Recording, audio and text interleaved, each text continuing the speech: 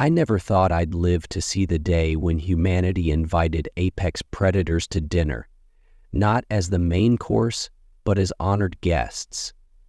It sounded like a bad joke, the kind that starts with, a human, a tiger, and a crocodile walk into a bar. Only, this wasn't a joke. It was real. And the predators in question weren't from Earth. They were the Karnathi, a species feared across the galaxy for their ruthless efficiency as hunters and warriors. The Karnathi were the stuff of nightmares.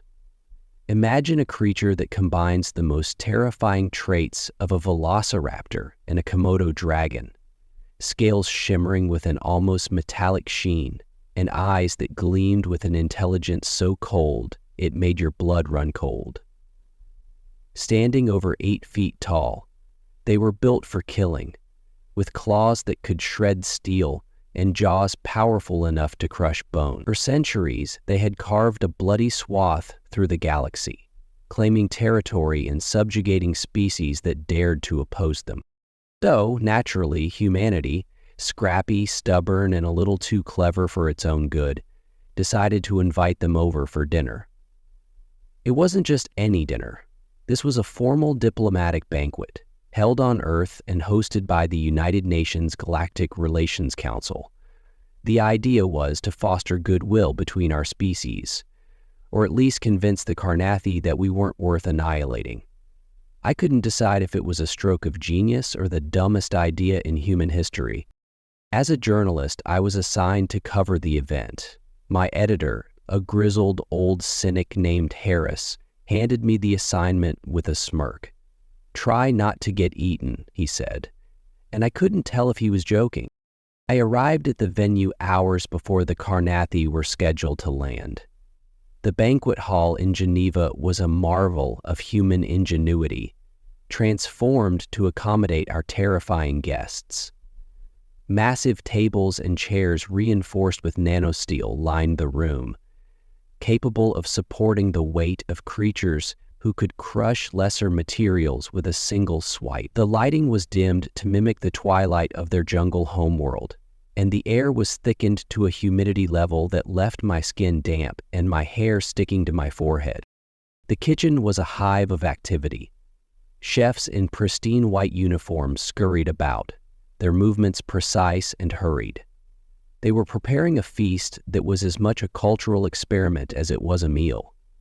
The menu had been crafted after months of studying Karnathi dietary preferences and consulting with alien nutritionists. The centerpiece was Vero's beef, a genetically engineered meat designed to mimic one of their favorite prey animals. Plates of roasted meats, carefully seasoned and garnished, filled the air with a tantalizing aroma. There were also human dishes, grilled vegetables, delicate soufflés, and artisanal bread. But nobody expected the Karnathi to touch them. Despite the meticulous preparations, an undercurrent of tension filled the room. Every diplomat, server, and journalist present knew the stakes. The Karnathi weren't just any guests. They were apex predators who viewed most species as either prey or pests. Any slight misstep could lead to disaster. I wasn't immune to the tension. As I took my place among the other journalists, I kept glancing at the clock, counting down the minutes until their arrival.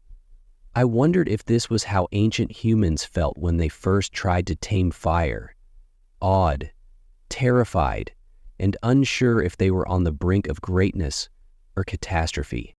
When the announcement came that the Karnathi ship had entered Earth's atmosphere, the room fell silent. Every eye turned toward the massive screens displaying the live feed of their landing. My heart pounded as I watched their transport vessel, a hulking, fortress-like craft, descend with a precision that belied its size. The doors opened with a hiss, and they emerged.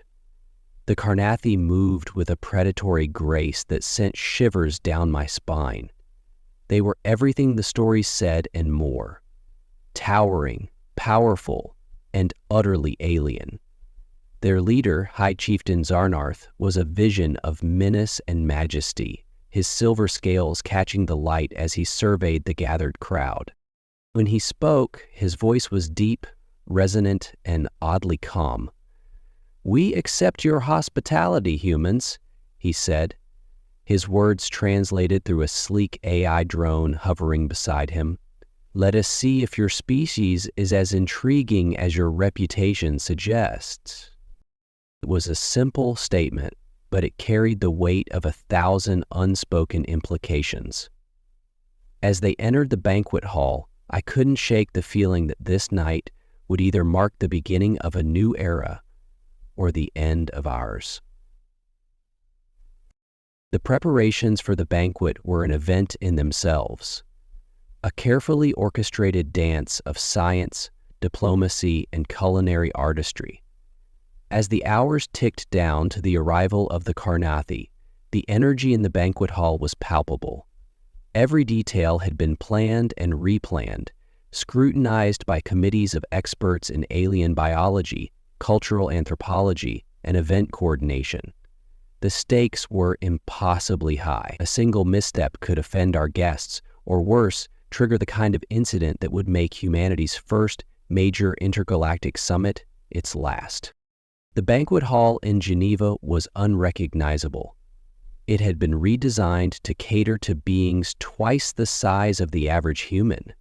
The tables, made of reinforced nanosteel, gleamed under the low atmospheric lighting, sturdy enough to hold up under the weight of plates piled high with Karnathi-sized portions. The chairs, more like thrones, were custom-built to accommodate their tails in massive frames, their design balancing function with an understated elegance that conveyed respect without groveling. Climate control was another challenge. The Karnathi came from a world where the air was thick and wet, the kind of oppressive humidity that humans typically associated with tropical rainforests. To mimic their preferred conditions, industrial-grade humidifiers had been installed, and the temperature was set several degrees warmer than what most humans found comfortable. By the time I arrived to observe the setup, my shirt was already sticking to my back. The centerpiece of the evening was, of course, the food. Preparing a meal for apex predators that thrived on fresh, raw meat was no small task. Our chefs, a mix of human culinary masters and alien consultants, had spent months perfecting the menu. Varos beef was the highlight, a marvel of genetic engineering designed to replicate the texture, flavor, and nutritional profile of Yaucrian prey birds, one of the Karnathi's favored delicacies. The slabs of meat were enormous, seared lightly to a rare perfection, and seasoned with spices specifically chosen to appeal to their unique palate. For variety, there were also dishes featuring Xandric eel and Travoan skimmerfish, delicacies imported at astronomical expense from other parts of the galaxy. While the menu leaned heavily into their carnivorous tendencies, human chefs had insisted on including a few token Earth dishes. A platter of roasted vegetables, golden brown and caramelized, sat beside bowls of truffle-infused risotto and baskets of sourdough bread. These dishes were unlikely to be touched, but their inclusion was a subtle message. This was a human-hosted event, a blending of our traditions with theirs. Behind the scenes, the tension was palpable. Chefs barked orders in multiple languages, servers rehearsed their movements to perfection, and the UN's protocol officers moved about with an air of quiet urgency, ensuring every detail was flawless. Yet, even with all this meticulous planning, the uncertainty hung over us like a cloud. The Karnathi were an enigma. Would they see our efforts as a sign of respect or an attempt to ingratiate ourselves? Would they view the banquet as a gesture of goodwill or as a tactical play to distract them? No one knew. The human delegation, clad in formal attire that blended tradition and futurism, began arriving early. Diplomats, scientists, and military representatives mingled, their conversations hushed but animated. Some speculated on how the Karnathi would react to the meal, while others whispered about the political implications of this gathering. It was clear that everyone understood the gravity of the occasion. As the clock ticked down to the moment of arrival, I found myself pacing near the kitchen, scribbling notes and observations into my pad. A part of me wondered if this was humanity at its best, taking risks, blending science with artistry, and extending a hand even to those who might crush it. Or perhaps it was hubris, our refusal to acknowledge the possibility that some divides couldn't be bridged. When a server accidentally dropped a tray of glasses, the sound shattered the tense silence, and everyone froze. For a split second, it was as if the entire room held its breath. Then, with a flurry of activity, the mess was cleaned, and the servers resumed their preparations, their hands shaking ever so slightly. I couldn't help but think that the spilled tray was a perfect metaphor for the evening. One wrong move, and the delicate balance we were trying to achieve could come crashing down. Still, there was something undeniably human about it all. Our determination to attempt the impossible, even when the odds were stacked against us. The preparations continued with a kind of feverish intensity, every detail scrutinized, every contingency considered. As the minutes ticked away, I realized that this banquet was more than just a meal. It was a statement. Humanity was willing to face its fears, to meet the galaxy's most fearsome predators, not with weapons, but with open hands. Whether that would be seen as courage or foolishness, we were about to find out. The arrival of the Karnathi was a moment etched into my memory with the clarity of a nightmare you can't quite shake. The countdown to their landing felt surreal, each passing second laden with anticipation and a touch of dread. The massive screens in the banquet hall flickered to life, broadcasting the descent of their ship in real time. It was a behemoth of a vessel, a dark and angular thing that resembled an ironclad fortress more than any traditional spacecraft. Even as someone who had seen his fair share of alien ships during previous assignments, this one was different. It exuded power, its armor glinting in the faint light of Earth's setting sun. The hum of its engines reverberated through the air as it descended, a sound so deep and resonant that I felt it in my chest. Around me, the room fell silent, the chatter of diplomats and journalists replaced by an almost tangible tension. When the ship finally landed on the reinforced platform just outside the banquet hall, it did so with a precision that seemed at odds with its brutal design. For a moment, nothing happened. The ramp stayed closed, and the air was filled with a quiet expectancy. Then, with a hiss of hydraulics, the doors slid open. The Karnathi emerged, and every instinct in my body screamed at me to run. They moved with a predatory grace, their bodies rippling with muscle under shimmering scales that caught the light like polished metal. The first to step out was unmistakably their leader, High Chieftain Zarnarth. He was a towering figure, even among his own kind, his silver scales gleaming with an almost liquid brilliance. His golden eyes scanned the crowd with a piercing intensity that made it impossible to meet his gaze for long. Behind him came the rest of his delegation, each one as formidable as the next. They carried themselves with the confidence of beings who knew they were the apex predators in any room they entered. Their movements were smooth, almost eerily so, as though every step had been calculated and optimized for efficiency.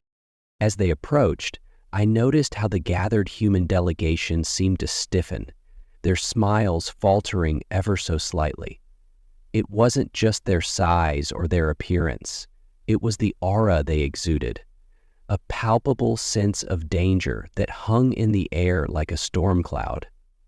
Even the most seasoned diplomats, people who had negotiated with some of the galaxy's most volatile species, looked uneasy.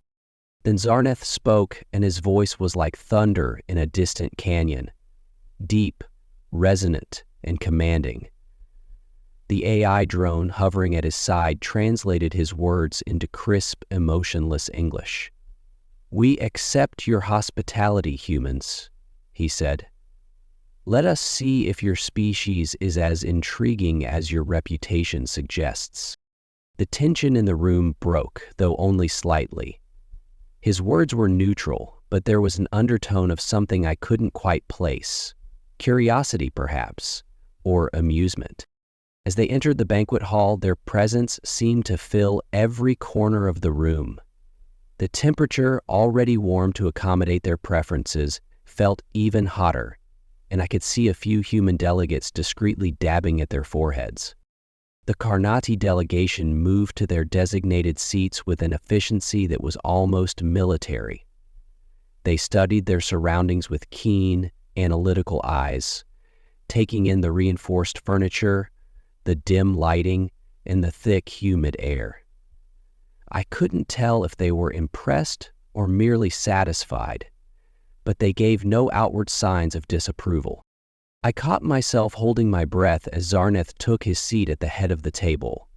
His massive frame dwarfed the chair, which creaked slightly under his weight.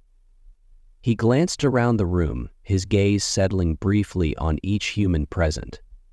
When his eyes met mine, I felt a chill that had nothing to do with the temperature. It was as if he could see right through me, peeling away layers of bravado to find the vulnerable creature underneath. As the rest of the Karnathi settled in, the atmosphere shifted slightly. The tension didn't dissipate. It simply morphed into something else, a cautious equilibrium where every movement, every word, carried immense weight. The human delegation began to exchange polite greetings with their guests, their voices carefully modulated to project confidence. Standing at the edge of the room, pen in hand, I watched it all unfold. It struck me how surreal the scene was. Here we were, face to face with beings who had raised entire planets, sitting down to share a meal with them as though they were old friends.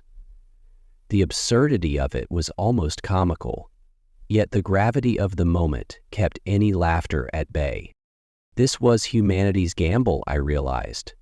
We were betting that our audacity, our willingness to treat even the most fearsome predators as equals, would be enough to bridge the unbridgeable. Whether it was courage or folly, I didn't know, but as I scribbled my notes, I couldn't deny one thing. It was undeniably human. The banquet began with all the formality one would expect from an event designed to make history. The room, already heavy with anticipation, grew even more so as the human delegation stood to deliver their opening remarks.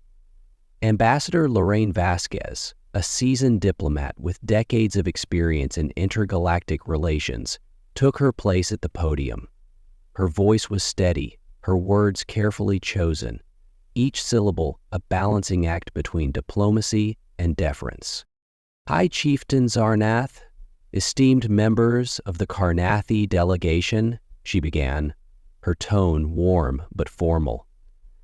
"It is an honor to welcome you to Earth, to this gathering that marks the beginning of what we hope will be a new chapter in our shared history. Tonight, we sit not as adversaries, but as beings who share the same galaxy and the same desire for understanding." Her words were translated into the deep guttural tones of the Karnathi language by a hovering AI drone.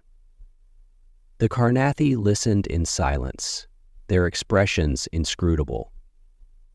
When she finished, Zarnath stood, his massive frame commanding the room's attention. "Humans," he began, his voice like the rumble of distant thunder. "We accept your invitation not because we are convinced of your intentions, but because we are curious. For too long, the galaxy has feared us, avoided us, or sought to destroy us. Yet you, fragile and small as you are, have dared to invite us into your home. Let us see if your courage is matched by your wisdom." The words were blunt, almost challenging, but there was no malice in them, only curiosity and a trace of something that might have been respect. A murmur ran through the human side of the room, but Ambassador Vasquez simply nodded, her expression unreadable. With the speeches concluded, the meal began. Servers, their movements precise and deliberate, brought out the first course. Massive platters of Varos beef were placed before the Karnathi, the slabs of meat seared to a rare perfection that gleamed under the dim lighting. Smaller, more traditional human dishes followed, but they were clearly secondary to the centerpiece. All eyes were on High Chieftain Zarnarth as he picked up a piece of the beef with his clawed hand. He sniffed it, his nostrils flaring slightly, then took a cautious bite. The room held its collective breath, the silence so complete that I could hear the faint hum of the climate controls. "This is acceptable," Zarnoth declared, his tone neutral but not displeased. The tension in the room lessened, replaced by a mixture of relief and cautious optimism. The other Karnathi began to eat, their movements deliberate but efficient. What followed was a surreal sight. The galaxy's most fearsome predators sitting at a table, consuming a meal prepared by the very beings they could easily annihilate.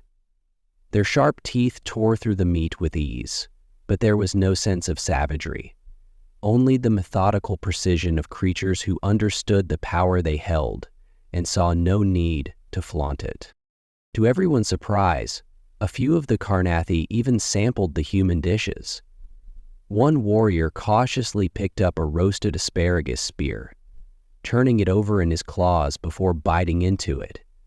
His expression was one of mild confusion, but he swallowed it without complaint. Another tried a piece of truffle risotto, his nostrils flaring as he tasted the earthy flavors. Meanwhile, conversations began to emerge. At first, they were stilted and awkward, as human diplomats tried to find common ground with beings who lived by a code entirely alien to our own. But as the meal progressed, the atmosphere began to shift. The Karnathi were not as cold and detached as their reputation suggested. They were inquisitive, asking questions about the food, the art on the walls, and even Earth's history. I found myself seated next to a younger Karnathi warrior named Threx. He was less intimidating than the others, though still massive, and seemed genuinely curious about humanity. "Why do you bother with this?" he asked, gesturing to the table with a clawed hand. "Most species tremble before us. You, however, invite us to your world and feed us. Is it bravery or madness?" "Maybe both," I replied, forcing a smile. "But we believe in diplomacy. Understanding each other is better than fighting." Threx tilted his head, his golden eyes narrowing slightly. "Diplomacy," he echoed. "An interesting strategy. Perhaps it works because no one expects it from you." I didn't know whether to take that as a compliment or a warning, so I simply raised my glass and said, "To diplomacy." To my surprise, Threx let out a low, rumbling laugh and clinked his claw against my glass, a gesture that felt oddly natural despite the stark differences between us. By the time the main course was finished, the room had transformed. The tension was still there, but it was softer, replaced by a cautious sense of possibility. For the first time, it felt like this gamble might actually work. As the evening progressed, the banquet evolved into something none of us had anticipated.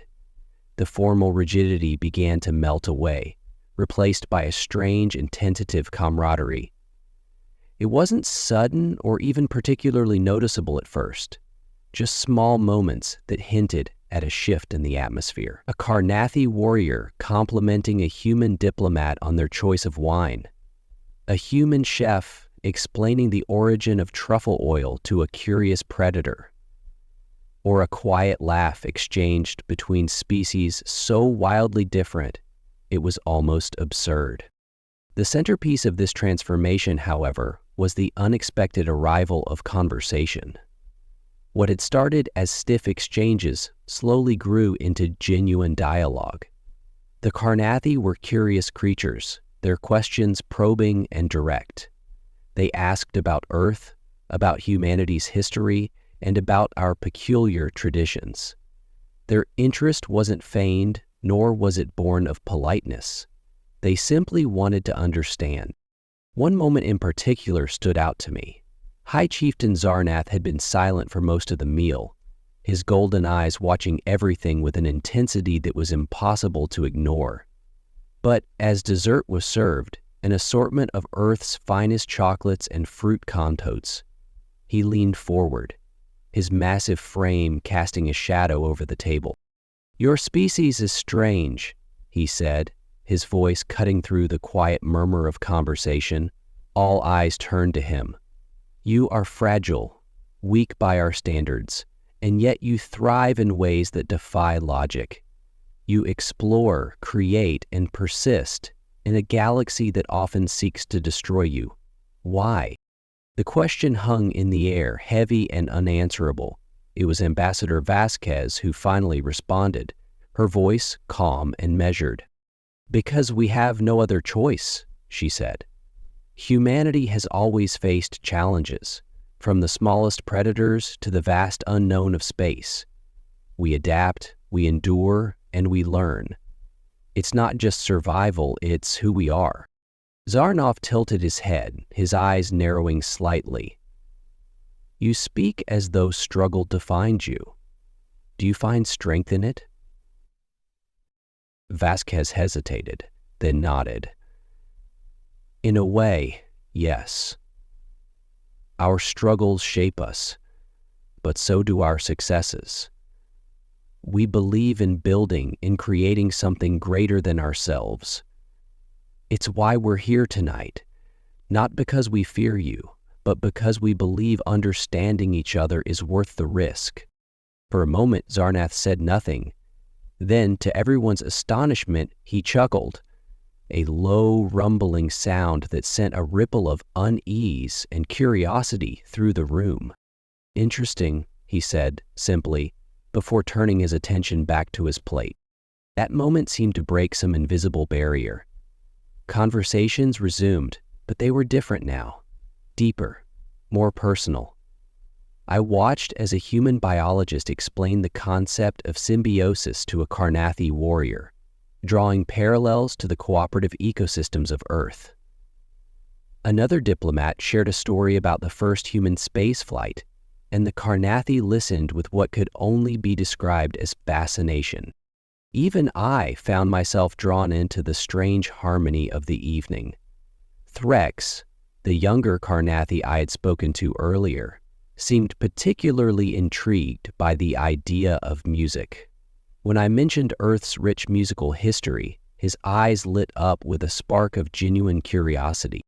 "Music," he said, rolling the word over his tongue as though tasting it. "A concept alien to us. What purpose does it serve?" I fumbled for an answer, trying to put into words something so inherently human. "It's expression," I said finally. "A way to share emotions, tell stories, or simply create beauty. It's not about survival, it's about living." Breck seemed to ponder this, his claws tapping lightly against the table. "Living," he echoed, his tone thoughtful. "Perhaps there is more to your species than I understood." By the time the meal ended, the transformation was undeniable.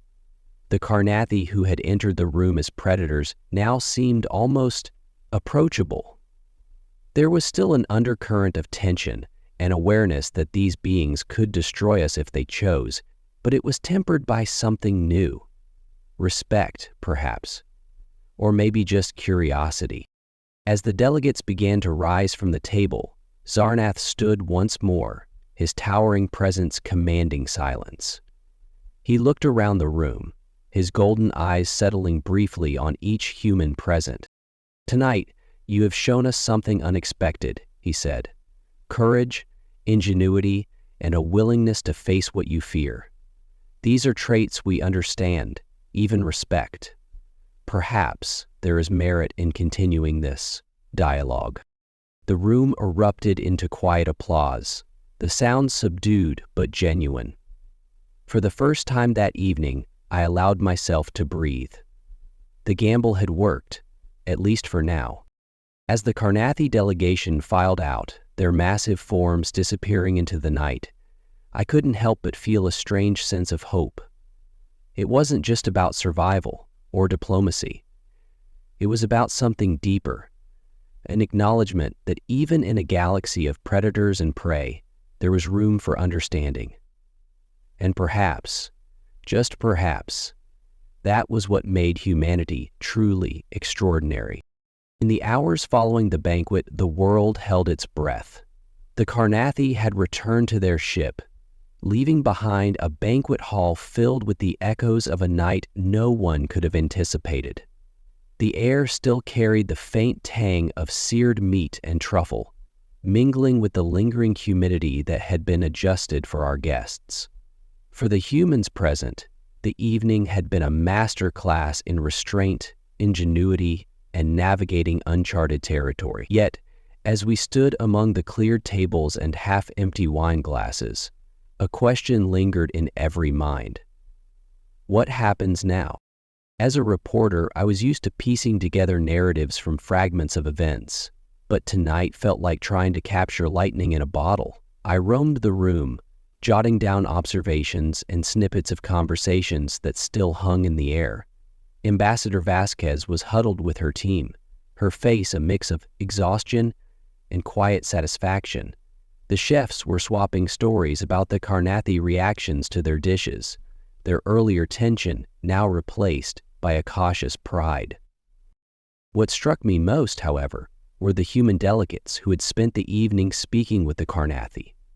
Their faces were alight with something I could only describe as possibility. The conversations had been more than a survival tactic. They had been a revelation. For all their fearsome reputation, the Karnathi had shown an unexpected depth, curiosity, even a glimmer of humor. It wasn't long before the debriefings began. In a private chamber adjacent to the banquet hall, key figures from the evening gathered to discuss the event's outcome. I was granted access as an observer, my notepad ready to capture the insights of those who had orchestrated this unprecedented encounter.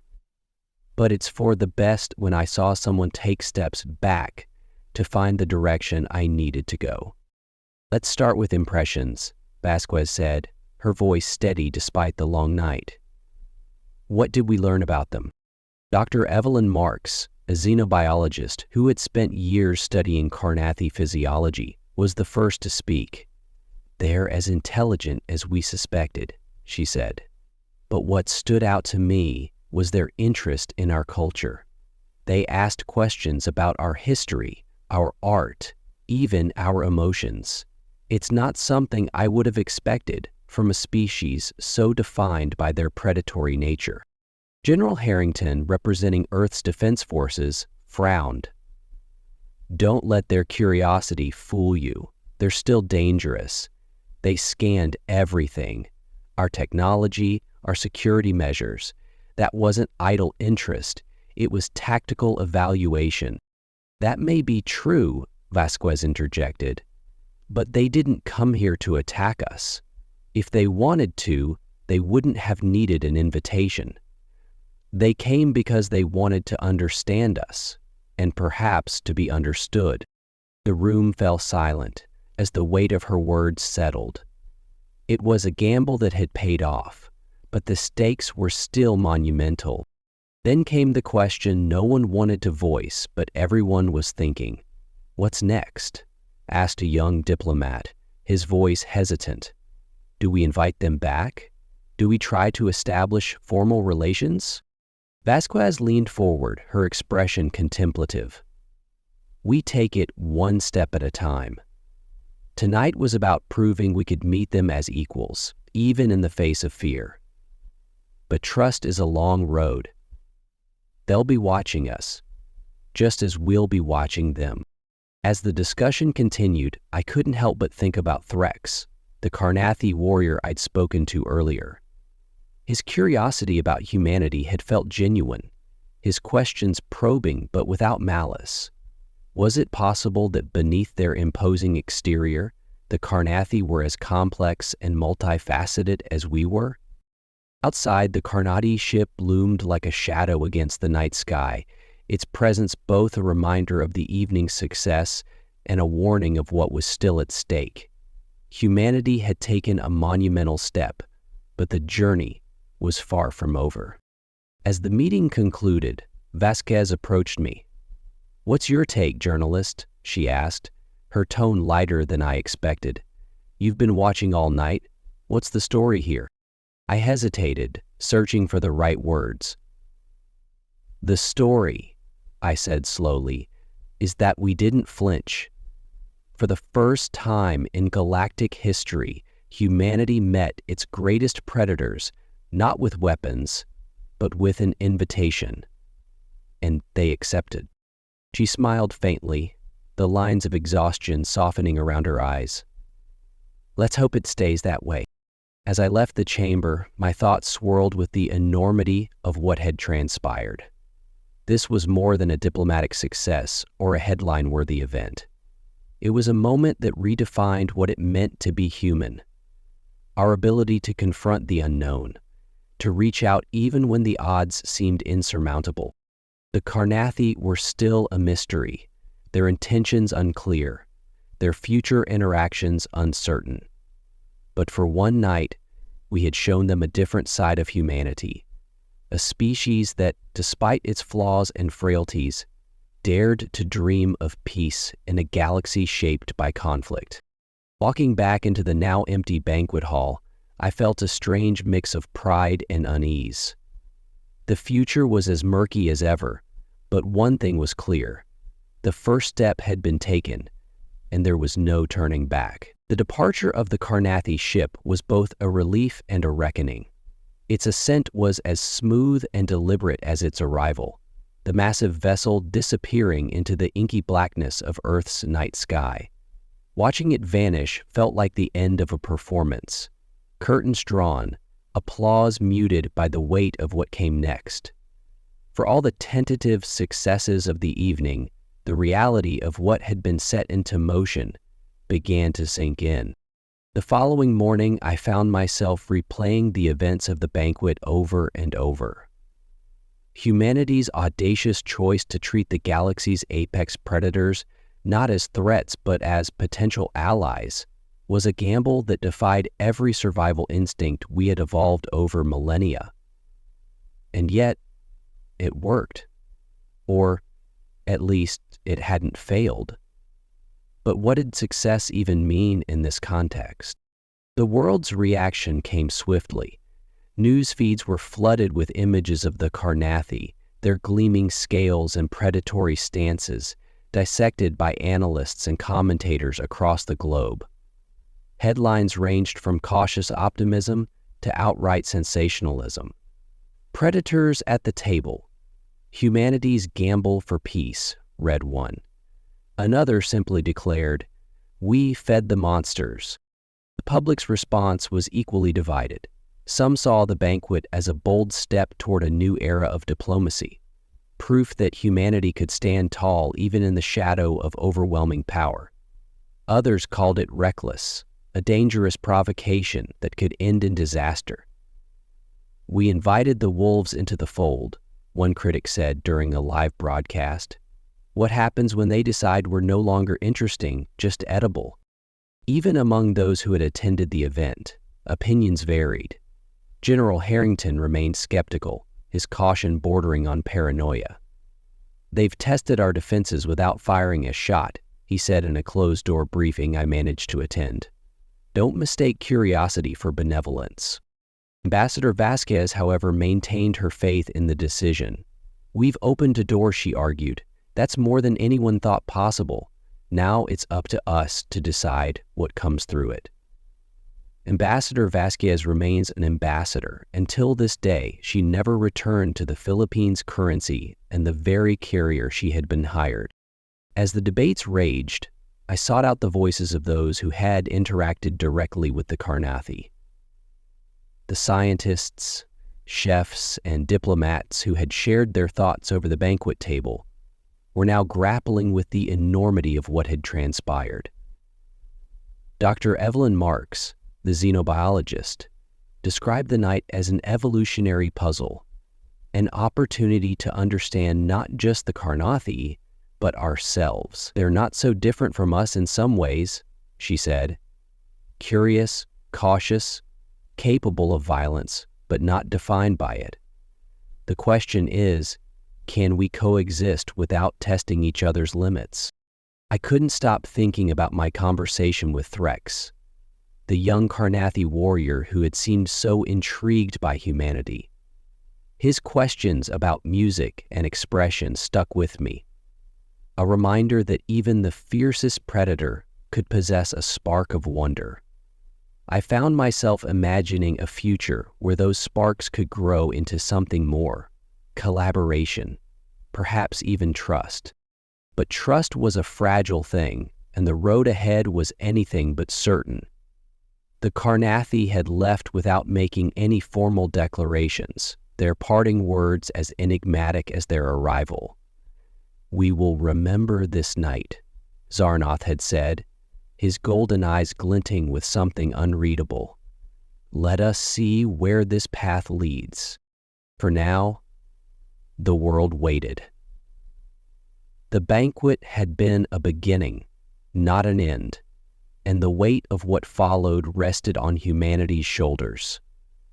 Could we navigate this precarious balance, building a bridge strong enough to withstand the weight of our differences? Or would the very act of reaching out leave us vulnerable to the predatory instincts we had dared to challenge? As a journalist, I was supposed to remain an observer, detached and impartial, but the events of that night had shaken something loose in me. Sitting in my small apartment, staring at the blinking cursor on my screen, I struggled to find the words to encapsulate what the banquet had meant, not just for humanity, but for me. In the end, I wrote this: "The night humanity dined with predators was not a victory or a defeat. It was a question posed to the stars and to ourselves. Can we find a way to coexist with those we fear? Can we see past the fangs and claws to the intelligence and curiosity that lie beneath?" The answer remains uncertain, but for one night, we dared to ask. And perhaps that, more than anything, is what makes us human. I hit send, watching as the article joined the flood of narratives swirling around the event. It was a small contribution, a single voice in a galaxy of opinions. But it felt important to document not just the facts, but the hope that lingered beneath them. The fragile, flickering hope that humanity's greatest strength was not its weapons or its resilience, but its audacity to believe in something greater. Outside, the dawn was breaking, painting the horizon in hues of gold and crimson. The world was waking up, ready to face the uncertain days ahead. And for the first time in a long while, I felt something I hadn't expected. Not fear, but resolve. Whatever the future held, humanity would meet it head on, just as we always had.